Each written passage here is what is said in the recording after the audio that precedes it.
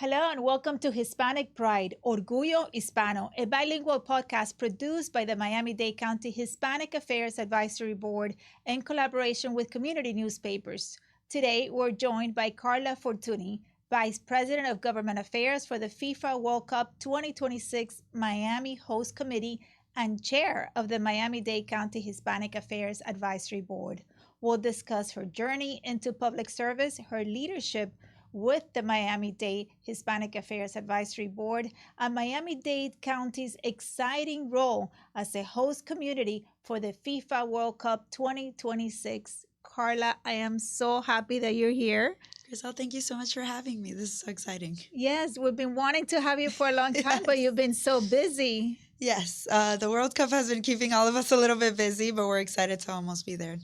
I know you, but for our viewers, tell us you're a first generation Cuban American Yes. who fell in love with public service, and please tell us when that happened and how it happened. Yeah, so originally I studied communications, and my dream was to work sports communication. I love everything about sports, and that's what I thought I would do for the rest of my life. In 2020, as we all know, the world stopped and COVID hit. I had just worked for the Super Bowl host committee, which was here in Miami, Super Bowl LIV. So basically, sports kind of freezes. Concepts like the bubble, where players were able to play safely together, didn't come until much later in the year. So at the time, it was very uncertain. And I got an offer to go work at the city of Miami for a commissioner handling his communications. I knew nothing about government, just what an average constituent would know. So I was like, well, I had a great background in comms from FIU and and I'm like, I will translate my skills from sports to government. And I fell in love. I mean, I grew up in the city of Miami. I'm very passionate about the city. And just being able to be in a position where I could help through the commissioner's office, help residents that would come with everyday issues. You think of your grandparents, you think of your own parents, of your counterparts that maybe they don't have access to the offices or they just don't have the information. It was a great opportunity for that, and I loved it. No, we thank you for your public service and we thank you for being our leader. You know, you're the chairwoman of our Hispanic Affairs Advisory Board, and it's a pleasure to have you on the board. Thank you. And you're also a part-time student, full-time with FIFA World Cup, Yes. part-time law school student. How do you balance all of that? It's hard, and I wouldn't say I do balance it. I think it's more about just prioritizing in the moment. There's not one that I prioritize over the other because they're all like equally important. And I bumped into that when I first started law school, that I was like, well, what's more important? School, my job, the board, and really it's all of them. They're all equally important to me. So it's more of just every day one holds a different priority, because for example, the days that we have our board meetings, like that holds a priority over everything else. Right now with the World Cup gearing up, that's holding a priority. The days I have class, that's the priority, at least as it gets closer. So my priorities have to shift every day. I'm definitely not sleeping as much as I would like to, but now's the time in my life where I can do that. I'm not married or have kids, so now's the time where I can kind of just not sleep as much and get everything done so that I can get it out of the way. I can tell you from having two sons that sleeping it does not take place when you have little kids, babies and newborns. And so, yes, definitely the right timing. Tell me, you are the Vice President of Government Affairs. I mean, that's a huge title for somebody as young as you. Congratulations. Thank you so much. That just proves so much. This is not your first rodeo. You were involved with the Super Bowl. Mm-hmm. So tell me what you do for the host committee and how did you get this great job? Yeah, so in terms of what I do, I have a great leadership team. Our two co-chairs are Rodney Barreto and Bo Ferrari. As you know, Rodney Barreto has hosted 3 Super Bowls out of the 11 that have happened here in Miami. He's involved with every major sporting event here.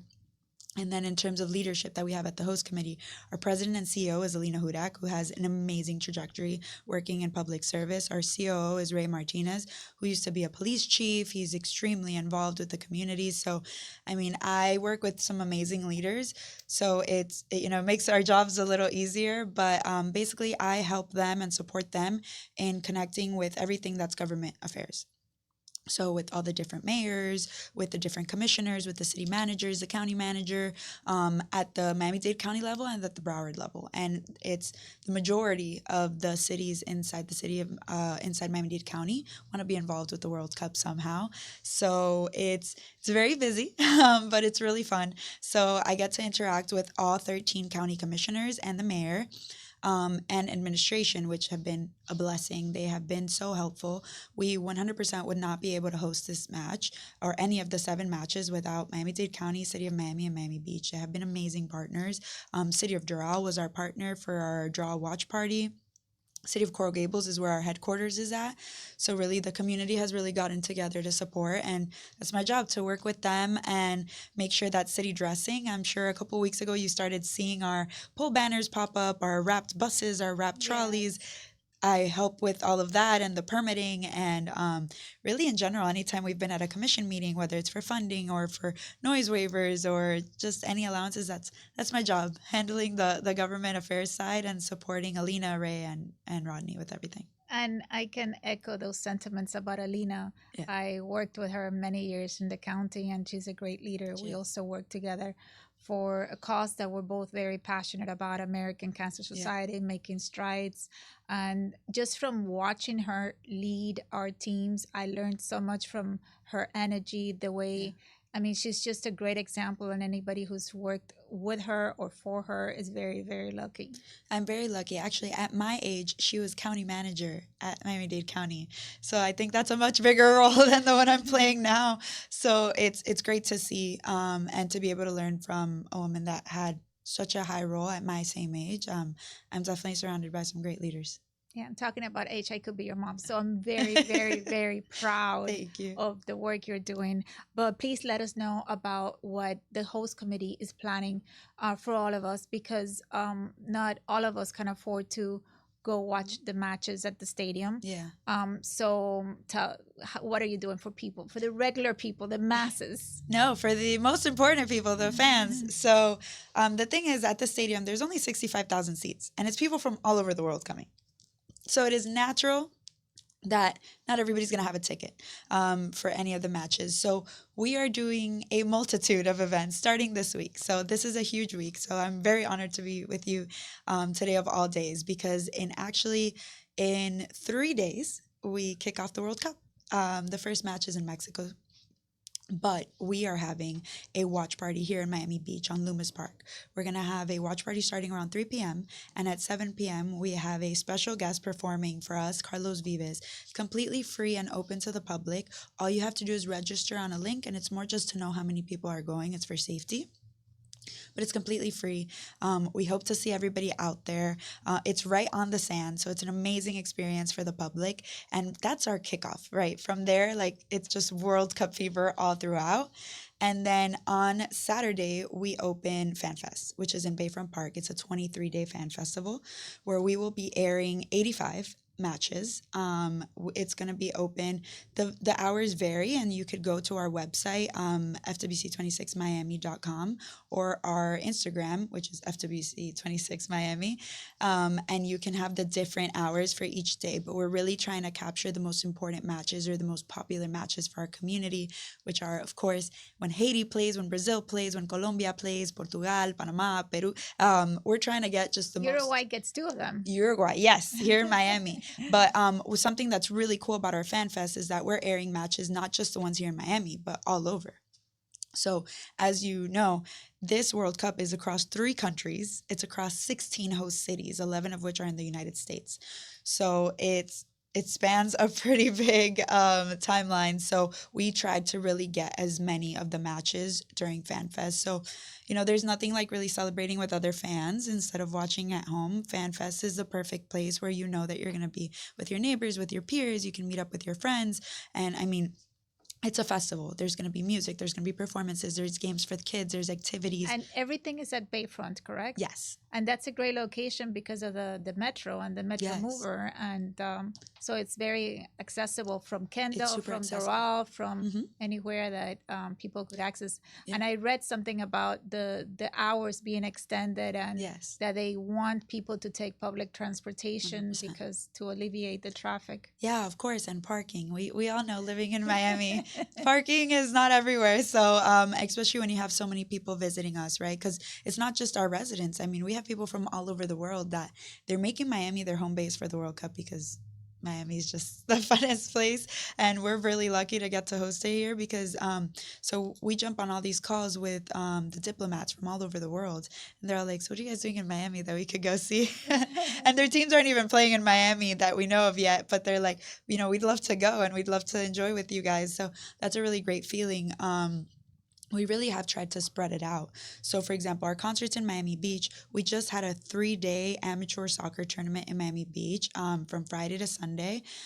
It was great. It was super fun. We had 600 players. We had 60 teams. So it was awesome. I don't think anything like that's been done here before. And then we have, starting in downtown, we have those 23 days. Once we close in July 5th, we're not done, right? The World Cup ends July 19th. The last match here in Miami is July 18th. But we're going to have community watch parties at our regional parks. So on July 18th, we will have a bronze match watch party at Little Haiti Soccer Park in the city of Miami. And then on July 19th, we're spreading out across the county. And we're going to be at Amelia Earhart Park, Tropical Park, Palmetto Golf Course. And in North Miami, we're also going to be hosting a number of watch parties. July 19th is the last game? The last day. That's the final. That's the biggest match. I believe Shakira's doing the halftime. So we get to see another halftime show from Shakira, which is always really fun. So that'll be the 19th. So if you guys don't have anywhere to go, we have places all over the county where you can watch. And we're partnering with cities that are doing their own events so that really the community can go everywhere. So the one in Bayfront is just going to be until July 5th. Correct. And then that closes? Yes. And then it's everywhere else in the... Yeah, so we've had a lot of questions about that. And the reason being is that once July 5th passes and it's kind of the knockout rounds, like there's a lot more blackout days, what you call them. So there's days where matches aren't being played, or there's like 1 or 2. They're very spaced out. So the whole idea of FanFest is that we're putting matches on all day. So they really start slowing down after July 5th. So we were like, okay, let's move it. And let's spread the wealth across the county and Broward County as well. And we're just going to spread watch parties everywhere so that people can just feel the fun, not just in downtown, but all over. And that's what it is, because people think about soccer. Oh, I'm not a soccer fan. But it's not. It's culture. Yeah. It's visitors. It's economic boost for the community. Yeah. We're having more people coming into hotels, Airbnbs, and... it's just amazing that Miami's part of this. I'm very excited myself. I mean, I'm thrilled. We got to see it with the Super Bowl here 6 years ago. We had small businesses that told us, you know, we didn't know what was going to happen with our businesses, but the Super Bowl really got us that awareness. And World Cup is doing that too. World Cup is an international game. You know, there's nobody in the world that doesn't know what the World Cup is, whether they're a soccer fan or not. And that's something that we're highlighting at FanFest, which is we have like tastes of the world where you get to eat food from Brazil, from Cuba, from Colombia, from Venezuela. You get to just try from everywhere, from Argentina. So we really tried to highlight that with, you know, performances, with music, with food. We want this to be a cultural festival, not just for soccer. And you're also making sure it's safe for everybody 100%. With their sheriff's office taking the leadership, but they've also hired security companies and other... Yeah, like everybody's is being part of it, not just like Miami-Dade County, but the cities. Everybody's helping in to make sure we're all safe, correct? Yeah, it's all hands on deck. I mean, we're working with Catherine Fernandez-Rondol's office with the state attorney. We're working with the sheriff. We're working with City of Miami Beach. We're working with all the nearby police departments. I mean, this is all hands on deck. We're working with the Coast Guard. We are making sure that everybody's going to be safe. The purpose is to have fun, right? So, for example, FanFest, it's free to open to the public. You don't need to register, but there are magnometers. You need to go through the scanners just to make sure that everybody's okay, that there's no weapons being brought into the park. And we're really trying to do that for most of our events. This is, I mean, really all the municipalities, we have to thank them for their efforts because they're really putting out their best. And even at the airport, Commissioner Natalie Miliano Yeah. Ortiz, she's creating an initiative to help families with small children. Yeah. Yeah. I mean, the World Cup is a family affair, right? So people are traveling with their kids. And so she's working on a great initiative. And I'm very lucky because I am her representative on the Hispanic Affairs Advisory Board. And I'm a proud resident of her district. And she's really helping to make it easier for families with small children to travel.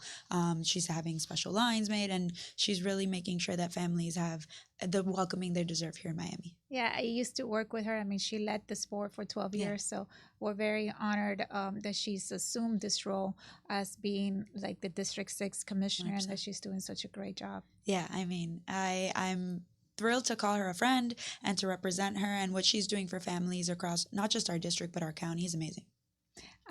If we were running out of time, but one last message that we'd like to leave the community with. Yeah, I mean, we just want to celebrate with you. Come to FanFest. Come to our kickoff concert on the 11th in Loomis Park. This is a party for Miami. I mean, it's the first time Miami gets to host a World Cup. Let's celebrate together. Karla, thank you so much for your Thank time. you. Thank you for being with us and for celebrating. I wish you the best luck. I hope you get some rest, some sleep. And thank you for everything you're doing. And we're all very proud of your leadership, not only with my board, but with the Super Bowl host committee and everything you're doing. We're very, very proud. You're really Thank like you. a Hispanic pride, Orgullo Hispano. Thank you so much, Griselle. I'm so lucky to work with you. And to our viewers, thank you so much for watching Hispanic Pride, Orgullo Hispano. Please follow us on Advocacy MDC or Hispanic MDC. See you next time.